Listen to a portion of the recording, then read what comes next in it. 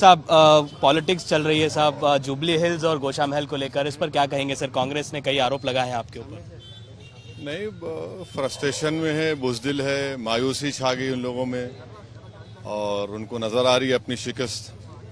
जमीन के हालात से वो वाकिफ नहीं थे, अब हकीकत उन पे आया हो रही है। जहां तक जुबली हिल का सवाल है, लोग इस बात को नहीं समझ रहे हैं कि हम लोग 2014 में भी इलेक्शन लड़े थे और हमारे पार्टी को दूसरे नंबर का मौक़िफ़ मिला। 2018 में हम नहीं लड़े। अब हमारे पास दो कॉरपोरेटर हैं। एक कॉरपोरेटर शेखपेट का जो जुबली हिल्स का सबसे बड़ा वार्ड है, दो मरतबा फराज जीते जो हमारे अभी कैंडिडेट हैं। एरागढ़ा से मरहूम शरीफ साहब 3 मरतबा एक कॉरपोरेटर हैं। तो यहाँ पर हमारे पार्टी का एक स्ट्रक्चर है, वजूद है, काम है, पहचान है, हम लड़ रहे हैं। और रहा सवाल दूसरी कॉन्स्टिट्यूंसी का, तो 2014 में क्या हमने मुकेश गौड़ की तायद नहीं की थी? आप पूछ लीजिए गोशा महल के कांग्रेस के बड़े बड़े नेताओं से। फिर 2018 में हम वहां पर कैंडिडेट नहीं खड़ा है, ना 14 में खड़ा किए, ना 9 में खड़ा किए। सर सुनिए, नहीं देखिए, 9 में हम नहीं खड़ा किए थे। ये कॉन्स्टिट्यूंसी वजूद में आई 2009 में, हम नहीं खड़ा किए, मुकेश जीते। 2014 में हम नहीं खड़ा किए, मुकेश से सपोर्ट करे, लेट मुकेश गौड़ साहब की हार गए। 2018 में कांग्रेस वोट काटी वहां पर, आप देखिए कितने परसेंटेज वोट कांग्रेस ली। आप कैसा हमारे सवाल कर रहे हैं? और फिर कांग्रेस ने डील की गोशा महल में, हम कैंडिडेट कांग्रेस खड़ा करेंगी गोशा महल में, आप एलबी नगर पार्लियामेंट हमारा जिताओ। एलबी नगर आरएसएस अन्ना जीत गए। जो अभी प्रेसिडेंट कांग्रेस के जो अध्यक्ष है वो तो आरएसएस से आए हुए हैं, उन्होंने क्या बोलते हैं हमारे को, उन्होंने क्या बोल रहे हैं? सर तो यहाँ पर आप पर भी आरोप लग रहे हैं कि कुछ डील हुई है गोशा महल को लेकर आपके लोकसभा पार्टी। देखिए, असदुद्दीन ओवैसी को, मंजलिस को कोई खरीद नहीं सकता। हम पहले से बिके हुए हैं अल्लाह के नाम पे, और उससे कुछ दूसरी चीज नहीं है। हम अपनी ताकत पे लड़ रहे हैं। अरे 9 सीट लड़ रहा हो ना भाई, कई कुत्ता पेट में दर्द हो रहा आपके, 110 पे लड़ो ना, खुला मैदान है, छोड़ दिया ना, लड़ो, लड़के दिखाओ। ये जितने बालखा बोल रहे अपने आप को, चलो 9 पे लड़ रहे, 110 आपके है। इतना रो रहे, ऐसे घर लुट गया ऐसा रो रहे, ऐसा अल्लाह कपड़े फाड़ना बाकी है, इतना रो रहे लोग। सर माइनॉरिटी आपके फेवर में, जहां पर डेंसली पॉपुलेटेड तेलंगाना में अगर हम देखें तो वो हैदराबाद शहर है, वहां पर आपका जो है दबदबा रहा है। You have been voted. आप समझ रहे कि हमारा पार्टी की मोहब्बत, मकबूलियत, अवामी वाबस्तगी हैदराबाद से बाहर नहीं है। तो नहीं है तो कहीं को तकलीफ हो रही भाई लोगों को, देख लेंगे ना, आगे मालूम होता। माइनॉरिटी का क्या लग रहा है सर? कांग्रेस अभी जो माइनॉरिटी डिक्लेरेशन लेके आई है, कई आरोप लग रहे हैं कि बैकवर्ड कास्ट में इनको इंक्लूड किया जाएगा, उस पर केटीआर ने भी जवाब दिया। ऐसा नहीं है। देखिए, लफ्ज माइनॉरिटी जो है ना, वो एक कॉन्स्टिट्यूशनल वर्ड है जो आर्टिकल 30 में रिफ्लेक्ट हुआ, जो एक फंडामेंटल राइट है। आप माइनॉरिटी और अदर बैकवर्ड कास्ट जो है वो आर्टिकल 15 का एक हिस्सा है। आप दोनों को कैसा मिला दे रहे भाई? माइनॉरिटीज में डिफाइंड है, सेंट्रल गवर्नमेंट का डेफिनेशन है माइनॉरिटीज क्या है। कॉन्स्टिट्यूशन में रिलीजियस और लिंग्विस्टिक माइनॉरिटी है, एक अलग सेक्शन है। आपको इतना भी डिफरेंस नहीं मालूम, आप ड्राफ्ट भी नहीं कर सक रहे बराबर, और आप ख्वाब देख रहे सत्ता में आने की। आपको इतना भी डिफरेंस नहीं मालूम, बेसिक डिफरेंस नहीं मालूम आपको। और दूसरी बात यह है कि माइनॉरिटी डिक्लेरेशन जो भी है, मेरे ख्याल से बिल्कुल उसमें कुछ है ही नहीं। मगर आप मध्य प्रदेश में क्यों नहीं उसको इशू कर रहे भाई? राजस्थान में भी करिए ना, छत्तीसगढ़ में भी करिए। यहां पर इसलिए कर रहे क्योंकि यहां पर एमआईएम पार्टी यहां के माइनॉरिटीज में पॉलिटिकल कॉन्शियसनेस, पॉलिटिकल अवेयरनेस और यहां पर बैलेंस ऑफ पावर माइनॉरिटीज के पास है, इसलिए आपको मजबूरन ये डिक्लेरेशन देना पड़ा। और पूरा गलत है, वो पूरा गलत है। उसमें आप पढ़िए क्या है, उसमें कुछ है ही नहीं उसमें।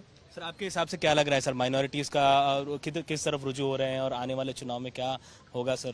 देखिए, सवाल सिर्फ माइनॉरिटी क्या, तेलंगाना में क्या खाली माइनॉरिटी वोट डालते हैं? मुनूर कापू नहीं डालते, पद्मशाली नहीं डालते, गंगा पुत्रा नहीं डालते, हाँ, आपके मुदिराज वोट नहीं डालते, रेड्डीज नहीं डालते वोट, कम्माज वोट नहीं डालते। किसकी तरफ? अरे भाई, सब मिलके वोट डालते ना। आप खाली मियाँ भाई के पीछे पड़े हुए हैं, ये तो कोई बात ही नहीं है। सब मिलके वोट डालते, सब भारत की जमहूरियत में सबको हक है वोट डालने का, सब मिलके वोट डालते। पर माइनॉरिटी से तो आप खामखा एक माइनॉरिटीज देख के, अरे भाई सब जने अपने अपने लोगों को वोट डाल रहे ना। मुनूर कापू में है, रेड्डीज को वोट डालते, हाँ डाल रहे वोट, वो है वो सिलसिला है वो। मगर मैं आपको ये बोल रहा हूँ कि तीसरी मर्तबा मामू मुख्यमंत्री बनेंगे। तो अगर हंग होता है सर तो और मजलिस के 9 जीत के आएंगे।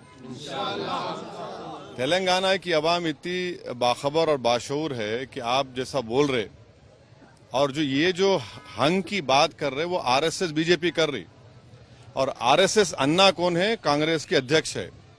तो कांग्रेस का जो ऑफिस है गांधी भवन, उसको कंट्रोल कर रहे मोहन भागवत और नरेंद्र मोदी। अब आप बोलेंगे कैसा? उसकी एक मिसाल देता हूं। आज से चंद साल पहले भारत के वजीर आजम नरेंद्र मोदी अपने भाषण में बोले, तकरीर में, कि कपड़े देखकर पहचानो, बोले थे ना, याद होगा आपको। तो वैसे ही वही जबान आरएसएस अन्ना कांग्रेस के अध्यक्ष कह रहे हैं कि सर पे टोपी, चेहरे पे दाढ़ी, कुर्ता पैजामा, शेरवानी, यही जबान इस्तेमाल कर रहे हो मोदी जी के साथ। तो इनमें और मोदी जी में कोई फर्क नहीं है। वो ये बीजेपी को बता रहे हैं कि आप मत भूलो मैं भी आरएसएस से आया आपके साथ। तो ये उनकी जबान है। और इन्हों जो जिस जबान का इस्तेमाल कर रहे, ये पहला स्टेप है फैशिज्म का और नाजिज्म का। कि पहले यहूदियों को ऐसे ही बोलते थे, उन कपड़ों पे गाली देते थे, इनके कपड़े ऐसे। उसके बाद शुरू हुआ उनके घरों पर लिख के लगा दिए। तीसरा उन पे हमले शुरू हुए। तो ये आरएसएस अन्ना जो है हिटलर की जबान में नाजिज्म और फाशिज्म की क्लासिक जबान में बात कर रहे।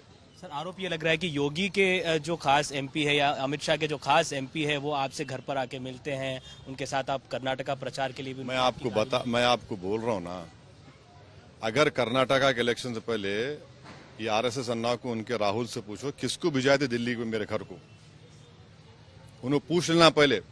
नहीं पूछ, मैं बहुत बता सकता हूँ। मैं इतना बता सकता हूँ कि पेट में पेचिश हो जाना उनको पूछो। बोलिए, आप मेरे घर पे आके दस्तक दे रहे तो आपके घर पे जा सकता हूँ मैं। बहुत से बातें मेरे को ही मालूम, मगर हम टाइम है उसका, अभी बहुत टाइम है। इन्हों आरएसएस से आए, कोई डिनाई नहीं कर सकता। आज भी आरएसएस में है, कोई डिनाई नहीं कर सकता। आरएसएस की आइडियोलॉजी क्या है? हिंदुत्व है। गोलवालकर की किताब है, पंडित दीनदयाल की उपाध्याय की किताबें हैं, आरएसएस संचालक के कई उनके बयानात है, उसी में उन्होंने डूब के निकले सो है।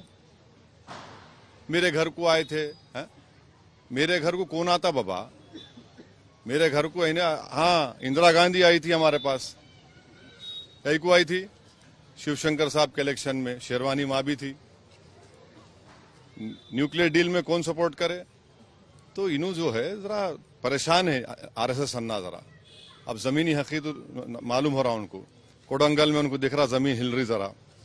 कामारेड्डी में तो इन्हों गए कामारेड्डी भी गया, निजामाबाद भी गया। ना खुदा ही मिला, ना विसाले सनम हुआ, ना हम इधर के रहे ना उधर के रहे। चलिए हमसे बात। So this was camera person Damodar Abdul Bashir, Hyderabad.